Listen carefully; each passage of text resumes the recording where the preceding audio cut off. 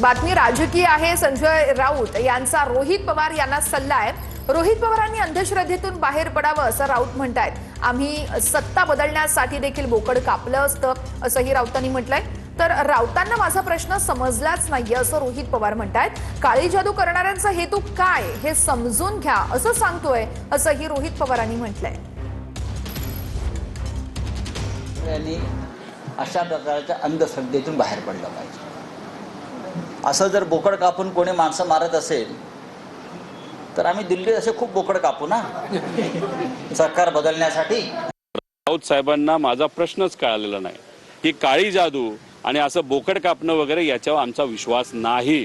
काळ्या पूजाच्या मागे आणि त्यांच्या विचाराच्या मागे हेतू काय हा हेतू समजून घेणं महत्त्वाचं आहे। मग तो हेतू जर दादांना इजा पोचवायचा असेल, दादांची ताकद कमी करण्याचा असेल, दादांची जागा घेण्याचा असेल, नाहीतर दादांच्या संपत्ती नाही तर इतर काही राजकीय गोष्टीचा असेल तर तो हेतू हाताशी धरून त्या हेतूने काम करणारे जे लोक आहेत ते शोधून काढा आणि त्यांच्यावर कारवाई करून त्यांना इंटोग्रेशन करून काय खरं आहे ते लोकांसमोर आणा असं मी त्या ठिकाणी बोललो होतो।